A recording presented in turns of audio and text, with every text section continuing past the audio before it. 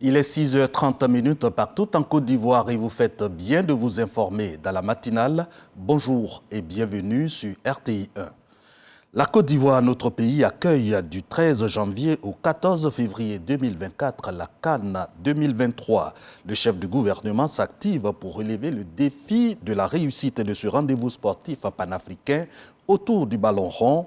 À l'affiche, cette grande réunion préparatoire présidée par le Premier ministre Robert Begré-Mambé en personne. Au menu, les avancées des préparatifs de la CAN de l'hospitalité. Herman Divé. Primature de la République de Côte d'Ivoire, grande réunion des différentes instances et comités en charge de l'organisation de la prochaine Coupe d'Afrique des Nations Made in Côte d'Ivoire. Une grande réunion présidée par le chef du gouvernement Robert Begré-Mambé. Dès l'entame de cette rencontre, le Premier ministre rappelle l'ordre du jour. 2 principaux points seront abordés au cours de ces échanges. Visiter les progrès et analyser les défis à relever en vue d'atteindre les objectifs escomptés. La Côte d'Ivoire a fait de gros investissements pour s'inscrire dans la dynamique de l'organisation de cette CAN, dont elle attend qu'elle soit la meilleure des CAN organisées jusqu'alors. En nous basant sur notre grande richesse qu'est l'hospitalité. Ensuite, notre capacité d'organisation, c'est-à-dire aucun détail ne doit nous échapper, notre grande vigilance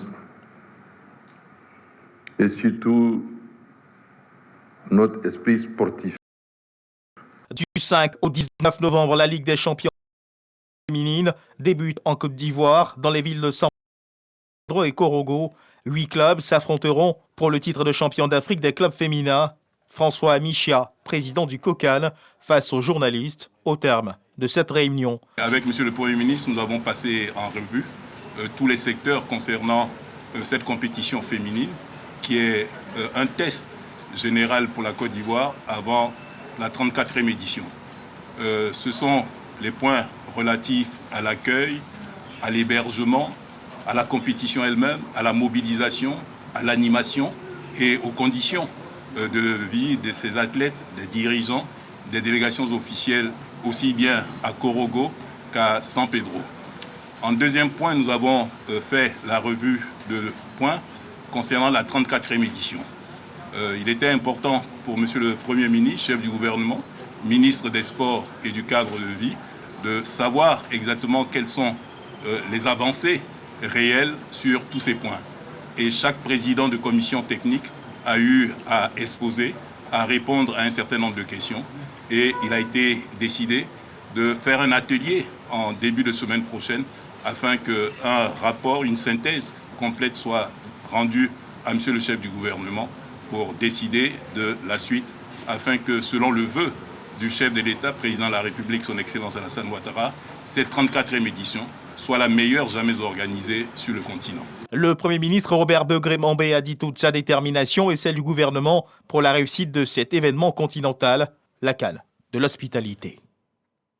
De la primature direction l'Assemblée nationale pour l'adoption du projet de loi portant règlement du budget de l'État au titre de l'année 2022.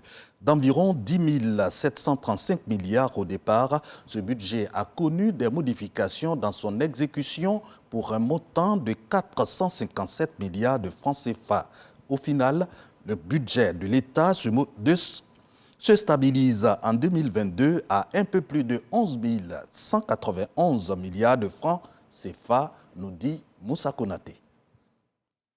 Initialement établi à 10 734 milliards 549 millions 555 850 francs CFA, le budget de l'État pour l'année 2022 a connu des modifications dans son exécution. Il est passé à 11 191 milliards 589 millions 267 969 francs CFA, soit un montant supplémentaire de 457 milliards 39 712 119 francs CFA. Conformément aux nouvelles dispositions dans le cadre du budget programme, le ministre des Finances et du Budget est devant les députés. Adama Koulibaly présente le projet de loi de règlement du budget de l'État pour l'année 2022. Tout le monde se souvient que l'année 2022 a été une année extrêmement difficile parce que nous n'étions pas encore totalement sortis de la crise de la Covid. Nous avons eu la guerre en Ukraine, dont les conséquences se sont manifestées à travers des ruptures de chaîne d'approvisionnement, ce qui a impacté le coût de l'énergie, les coûts de certaines denrées alimentaires et également un durcissement des coûts de financement sur le marché international. Donc c'est dans ce contexte difficile que le budget 2022 a été exécuté. Donc nous avons été amenés à opérer des ajustements, des aménagements au niveau du budget pour réduire, pour ne pas dire amoindrir, l'impact de ce qui était fait au niveau international sur les populations. Des mesures avaient été prises notamment concernant le plafonnement des prix de certains produits alimentaires. Également des subventions de l'État avaient été accordées aux meuniers pour faire en sorte que le prix du pain, le prix de la baguette puisse être maintenu dans des contextes qui soient supportables par les populations. Nous avons également en 2022 renoncé à des ressources fiscales importantes pour permettre que les prix ne soient pas rehaussés au niveau des pompes à essence. Nous avons également ajusté les recettes, les projections de recettes sur l'année 2022.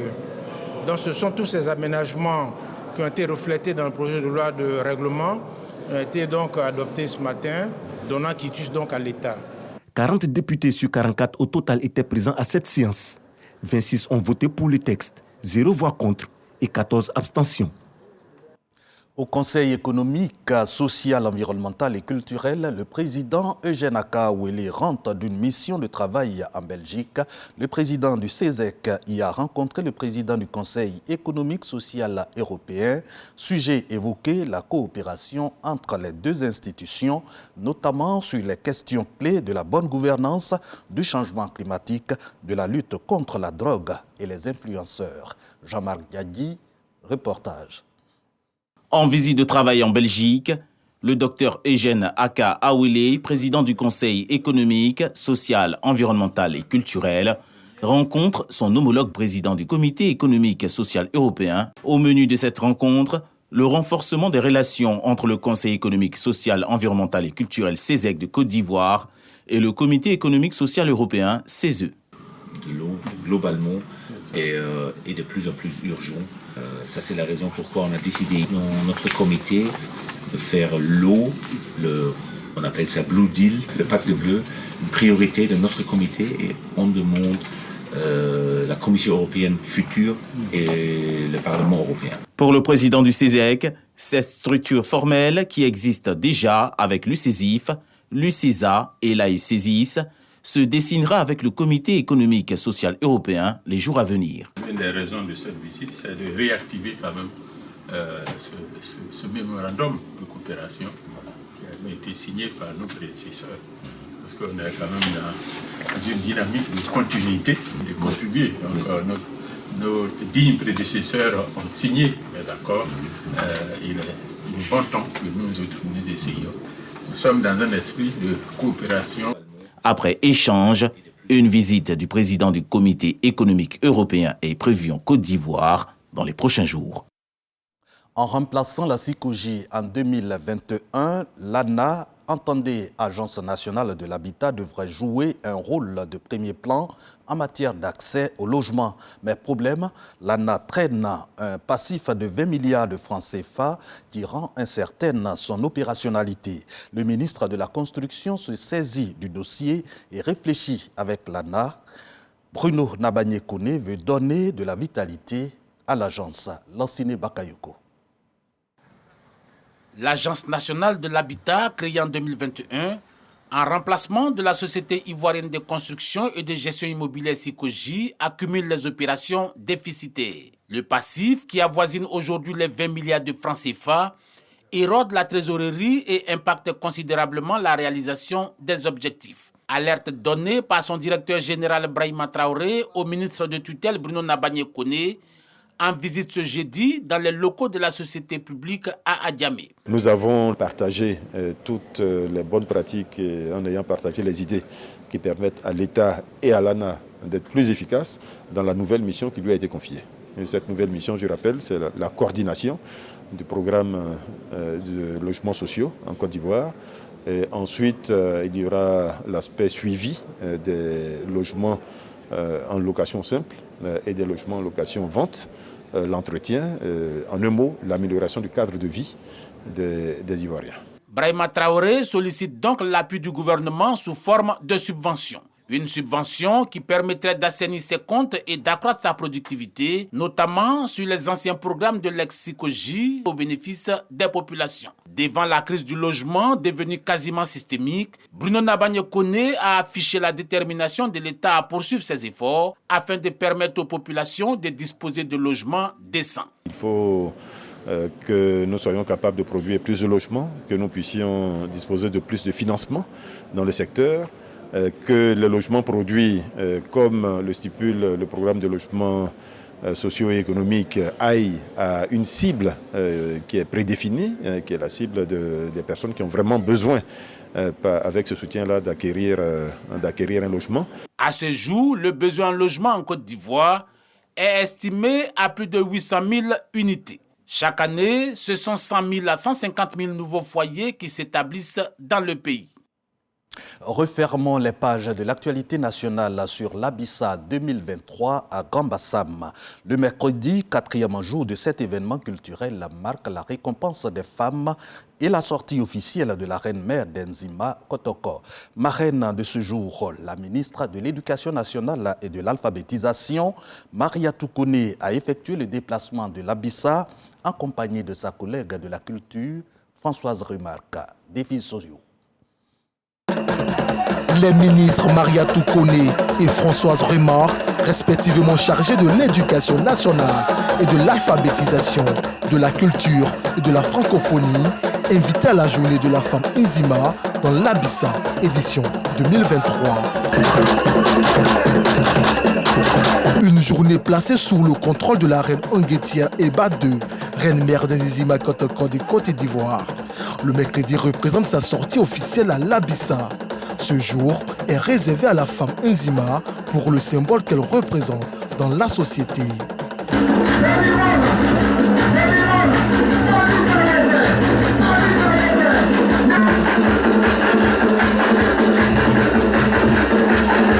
À l'honneur, les familles Ndjoua et Ezoïlé.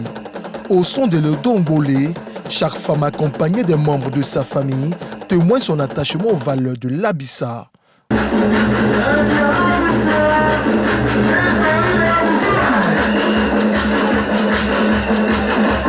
L'implication des femmes à pérenniser l'Abissa séduit la ministre de la Culture et de la Francophonie.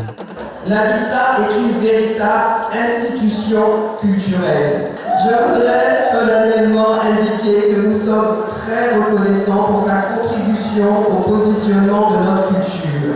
Admirative des différentes prestations des femmes, la marraine s'est réjouie de l'importance de la femme Nzima, matérialisée à ce rendez-vous culturel de la communauté et vitrine du patrimoine culturel ivoirien. La femme Nzima constitue, à l'image des femmes des autres sociétés ivoiriennes, un maillon fort, un pilier important, une colonne favorisant l'équilibre social.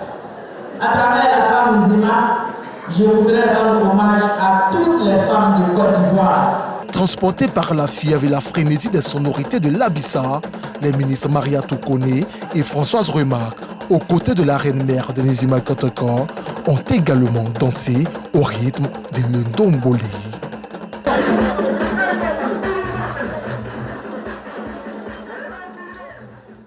En bref, dans l'actualité internationale, au moins 119 morts et 100 blessés dans un tremblement de terre au Népal. Et puis guerre Israël-Hamas, le président français Emmanuel Macron annonce une conférence humanitaire pour Gaza le 9 novembre prochain. C'est terminé pour ce journal. Merci de l'avoir suivi. L'info revient au flash de 10 h. Très bonne journée sur RTI 1.